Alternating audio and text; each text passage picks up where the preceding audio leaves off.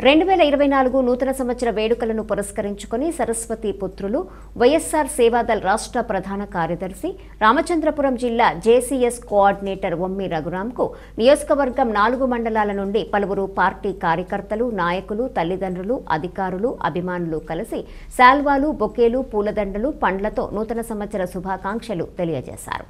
జగ్గంపేటలోని వివేకానంద విద్యా సంస్థల్లో వమ్మి రఘురాం, జగ్గంపేట జెడ్పీటీసీ వమ్మి బిందుమాధవి రఘురాం నూతన సంవత్సర వేడుకలు నిర్వహించారు. విద్యార్థులతో కలిసి కేక్ కట్ చేసి పండగ వాతావరణంలో వేడుకలు నిర్వహించారు. ఈ సందర్భంగా రఘురాం సీఎం జగన్మోహన్ రెడ్డికి, పార్టీ ప్రముఖులకు, జగ్గంపేట నియోజకవర్గ ప్రజలకు, తల్లిదండ్రులకు అందరికీ నూతన సంవత్సర శుభాకాంక్షలు తెలియజేశారు. ఈ వేడుకల్లో పలువురు ప్రజాప్రతినిధులు, అధికారులు, అభిమానులు, వివేకానంద కుటుంబ సభ్యులు, పార్టీ కుటుంబ సభ్యులు పాల్గొన్నారు.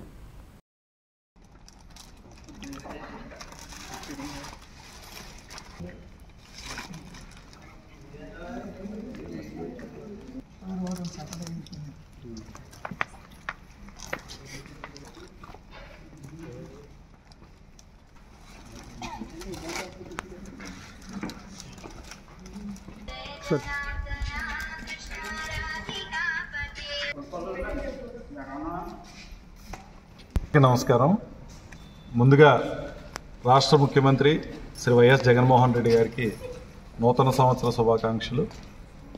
జగ్గంపేట నియోజకవర్గ ప్రజలందరికీ కూడా నూతన సంవత్సర శుభాకాంక్షలు తెలియజేస్తూ ఈ 2024 సంవత్సరం అందరికీ మంచి జరగాలని, ప్రతి ఒక్క కుటుంబంలోనూ ప్రతి ఒక్క వ్యక్తికి తన ఉన్న స్థితి నుంచి ఉన్నత స్థితికి వెళ్ళటానికి ఈ సంవత్సరం అందరికీ మంచి జరగాలని ఆ భగవంతుని ప్రార్థిస్తూ ఈరోజు జగ్గంపేట నియోజకవర్గ కేంద్రంలో ఈ నూతన సంవత్సర వేడుకలు నిర్వహించడం జరిగింది మా వివేకానంద విద్యా సంస్థల్లో.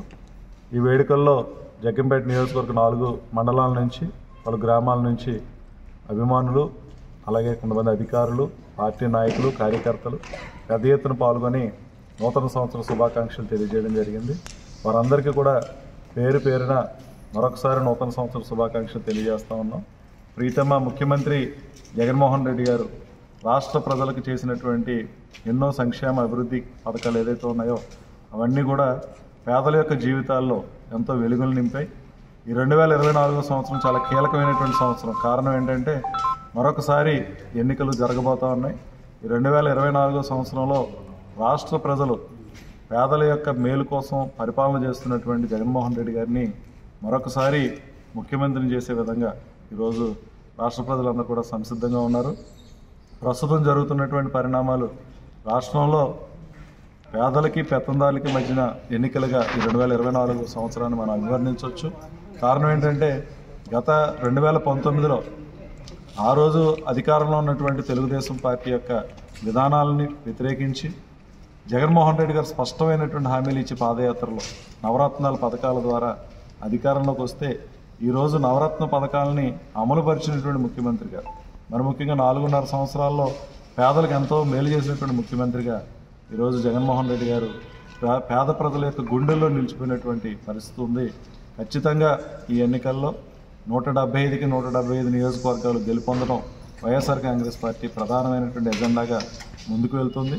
ఈరోజు ప్రతిపక్షాలన్నీ ఏకమవుతున్నాయంటే దానికి ప్రధానమైనటువంటి కారణం మరి రాజు బలవంతుడైనప్పుడు మరి అందరూ కూడా ఆ రాజును పడగొట్టడం కోసం